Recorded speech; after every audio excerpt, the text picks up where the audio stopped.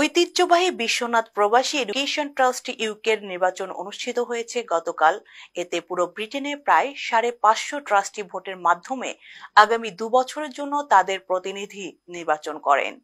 আরো বিস্তারিত আমাদের সহকর্মী ফখরুল হোসেনের রিপোর্টে।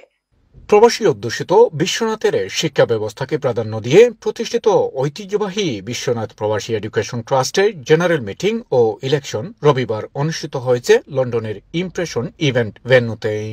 সংগঠনে চেয়ারপারসন মতসির খানের সভাপতিত্বে ও সাধারণ সম্পাদক মোহাম্মদ মিসবাউদ্দিন ও মোহাম্মদ আলী মজনুর যৌথ পরিচালনায় সিনিয়র ট্রাস্টি ও কমিউনিটির বিশিষ্টজনেরা বক্তব্য রাখেন।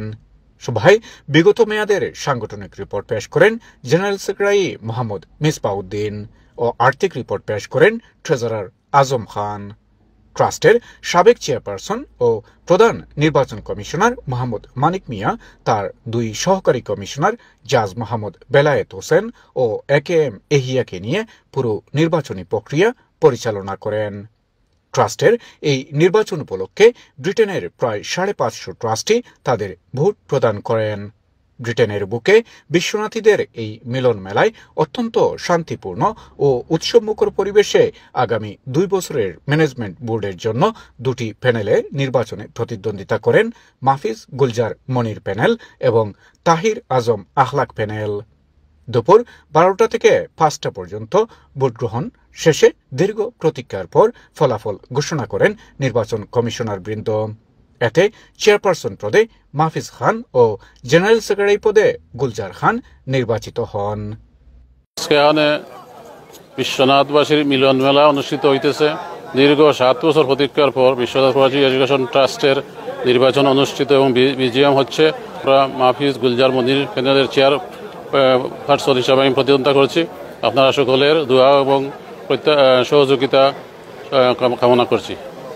আমরা সবটা বাস্তবায়ন করে দেবো। আমরা ট্রাস্টের ফিউচার আমরা সেফ গার্ডিং করতাম।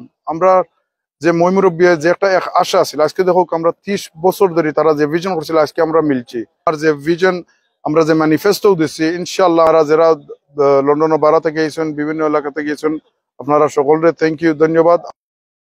17 জনের ম্যানেজমেন্ট বোর্ডে আরো যারা নির্বাচিত হন, 22 চেয়ারপারসন পদে মোহাম্মদ মিসবাউদ্দিন ও ফরিদ আহমেদ, অ্যাসিস্ট্যান্ট সেক্রেটারি পদে আব্দুর রহিম রঞ্জু ও কবির মিয়া, ট্রেজারার পদে Akhlakur Rahman, assistant treasurer Hasinuzzaman Nuru, press and publicity পদে শরীফুল ইসলাম, কালচারাল সেক্রেটারি পদে দৌলত হোসেন, ইসি মেম্বার পদে মোহাম্মদ আবুল হুসেইন মামুন, খালেদ খান, আব্দুল সালাম, শেখ মুবাশির আলী, গয়াস মিয়া গিয়াস, নেসার আলী লিলু ও মোহাম্মদ সিরাজুল ইসলাম জয়লাভ করেন। Fakhrul Hossain, NTV, Europe.